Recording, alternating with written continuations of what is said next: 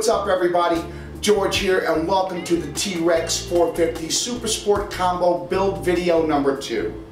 Now, in build video number 1, we assembled the rotor head, had absolutely no problems. We assembled the basic frame, we had no problems at all. If there's anything that we learned in build video number 1 is that every bolt going into metal needs to be checked and re-Loctited. I mean, the last thing that you want is your new helicopter to come flying apart in the air because a bolt came out. We're going to want to carry that concept through the entire build video series. Now today, we're going to be starting with the tail unit, and hopefully with this video, we'll take it all the way through until we're ready to put in the electronics. So, let's not waste any more time. Let's get on with the build. Okay, here we have the tail unit assembled as much as it can be assembled before it needs to be inserted into the frame. The build was relatively straightforward, no surprises, followed the instructions. There's really not a lot to this. Essentially, you'll be connecting the tail unit to the boom, installing the stabilizer, putting on the push rod holders and the servo holders. You just slide them on. There's really not a lot to it. I used a piece of rope to fish the belt through the tube. It was no problem getting it through.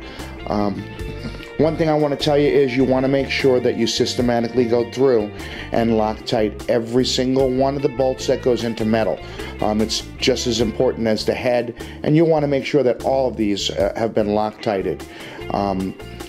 When you're Loctiting the bolts around this linkage right here, very, very sparingly. I just put enough to get into the threads, very minimal amount, because you don't want to be gumming up this mechanism here. It'll throw your tail all out. So try to make sure that everything moves very nice and smoothly, and there's no binding, and that everything is Loctited.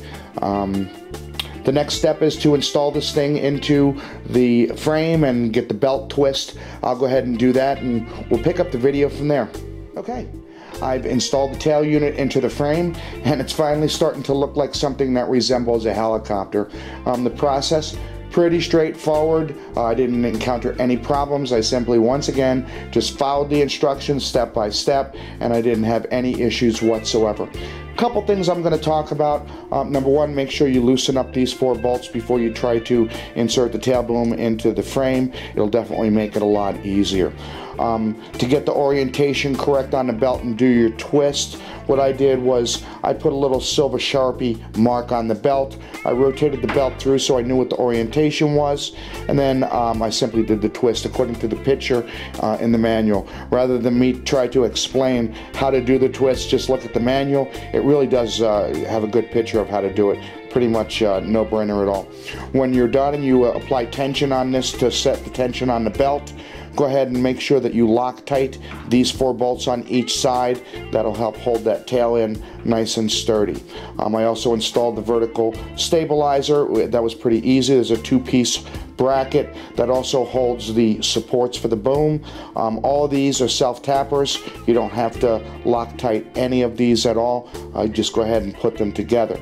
So the next thing that we're going to do is install the main gear and the rotor head and move on with the build. So let's get right on to it. Okay, here we have the completed basic helicopter.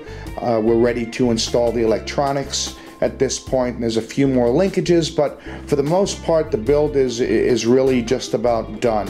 To get to this point, I did several things. Let's start off with the head. I installed the head down through and put the main gear on. That was very straightforward. A little precarious trying to get that bolt lined up, but once you get it lined up, it's no big deal at all. Do make sure that you put some Loctite on there on the nut and bolt. You don't want that coming out. I also adjusted the collar so that there was a very minimal amount of play, up and down movement on the shaft, between the shaft and the gear. I also adjusted the gear lash for the pinion at that time. I just went to the highest point and set it there. That was also pretty straightforward.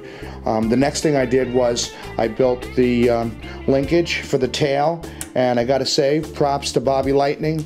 He made up this handy dandy little gauge that I use. It's 271 millimeters, and I was able to set the length of that push rod to the right length. The last thing that I did was, after everything was lined up and working well, I went through and I made sure that every single nut and bolt on the frame that went into metal is Loctited. And I systematically did each side, and I'm very, very confident now that they're all going to stay exactly where they are. So the next thing is to install some electronics, and that makes this a good cutoff point for this video. Stay tuned for video number 3, which will probably be the final video where we install the electronics and tune it in. So thanks for watching, and as always, happy flying.